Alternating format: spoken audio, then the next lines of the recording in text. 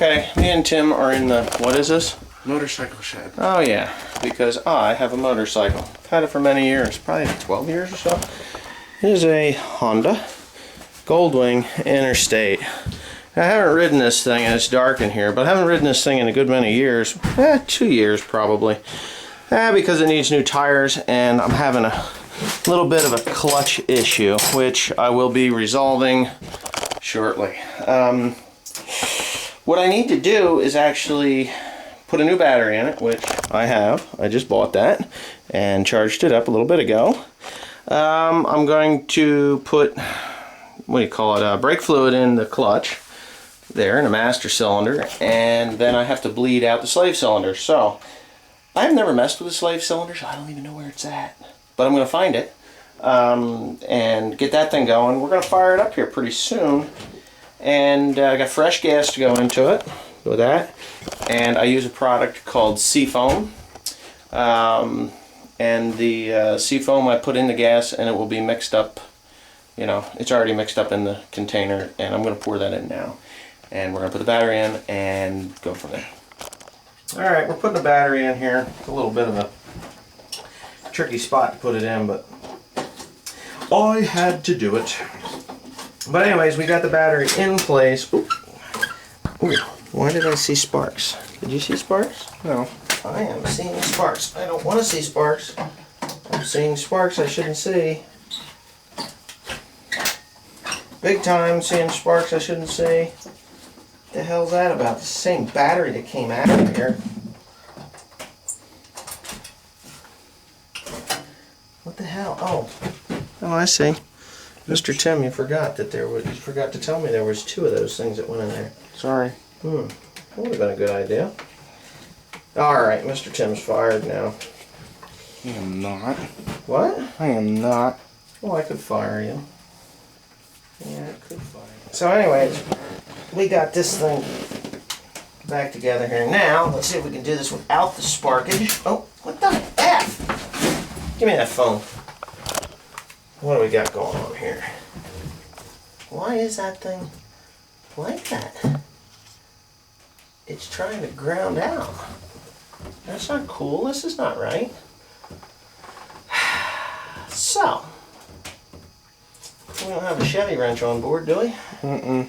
Huh, okay. Well, we're going to have to find something here. Alright, I found a chunk of rubber. And what I'm going to do is put the rubber over the back side of this battery here. And kind of squish it up in there. And the rubber's very, very thick, so I don't think we're going to have a problem with it. Hopefully it doesn't... Yeah, well, we're all bottomed out there. Give the battery a good shot there, and it should be fine. Yeah, no more sparkage. So, this is going to be an old start, cold start, right, Tim? Yep. It certainly is. As we're going to put this battery in here now, it's been 2 years. We did actually start it the other day with jumper cables. That's when I realized that this battery was totally toast, but it did not run well at all, did it? Backfired, spit and sputtered. Yep. So what I've done is Mr. Tim and I have put fresh gas in here, and yeah, we put fresh gas. And what did we put in with the gas? We put Seafoam. Yeah, we put Seafoam in with the gas. And here we go. Oh, that's weird. Ready? Wow.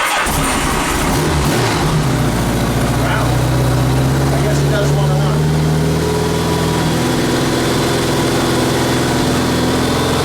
Full choke.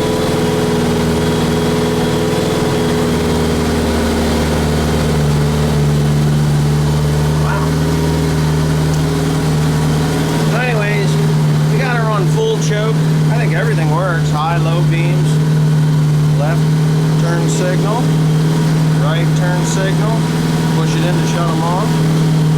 Yeah.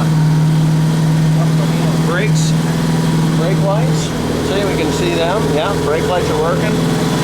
See if she'll idle down now. Yeah. She idles at about 500 RPMs.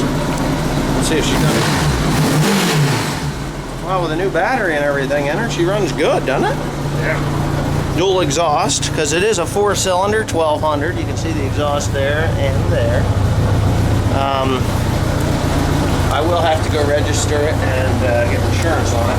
But first things first, we're going to pull it out of here. Well, I don't know if I can pull it out of here. I've got to find out where that slave cylinder is, Mr. Tim, so that we can get the brake fluid in there and get that bled out, and we should be good to go then.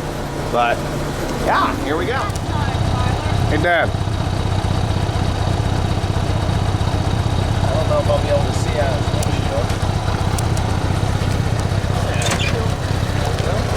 Here. Don't. You're gonna make a mess. Holy hell, that's a big bee. Dad, watch out for the bee. That is a nasty looking one.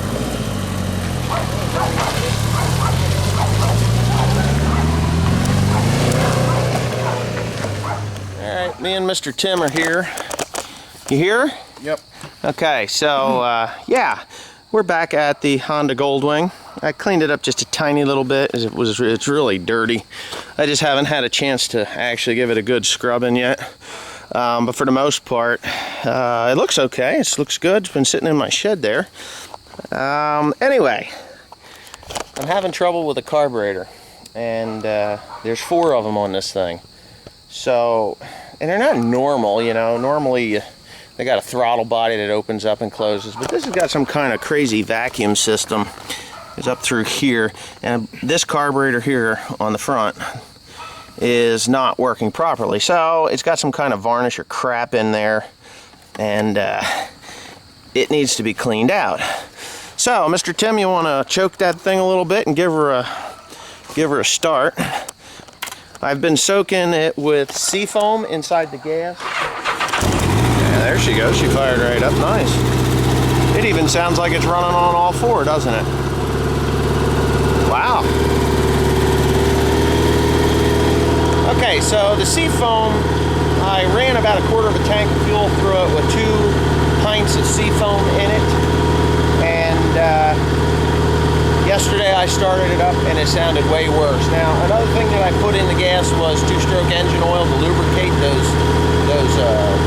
vacuum actuated throttle bodies. So that should lubricate stuff up a little bit. Now, I'm hoping, hey, no, leave it choke till it warms up. Anyway, so what I'm doing is I'm hoping that it'll loosen that up.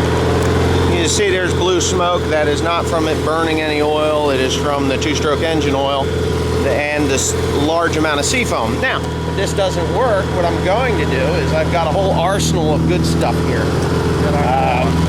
And who got it? I did. Who paid for it? You. Anyways, Tim went and got it. So I got myself a bottle of Lucas. Well, it's empty. A Lucas bottle, and the tip is cut. It's starting to miss now. You hear it? That could be from it choking. Anyways, I'm going to pull off this hose here, and I'm going to put that bottle on there with injector cleaner,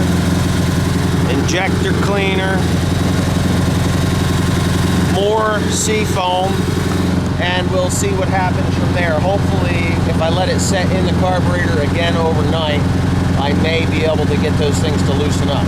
So we'll see what happens. Yeah, go ahead and take the choke off and we'll see what happens. It died.